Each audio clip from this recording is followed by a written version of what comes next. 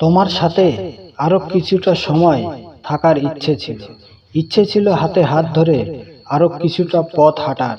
হাত ধরেছিলে, আবার ছেড়েও দিলে। কি যেন কি বাহানায় চলার পথটা পাল্টে দিলে।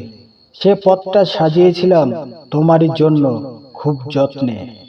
আমার পাশে থেকে আমাকে ঝাপটে ধরে বাহুতে এক অংশ জড়িয়ে মনের কথাগুলো বলবে বলে সাজিয়েছিলাম পথখানা। সে পথে তুমি আর আসো না, আমিও অনেক দিন সে পথের যত্ন নিই না। চলার পথটা অগোছালো হবে ভাবতে পারিনি। তুমি থেকে গেলে এই আদরের পথখানা তোমার পায়ের পদচিহ্ন পেয়ে সুখের তৃপ্তি নিত।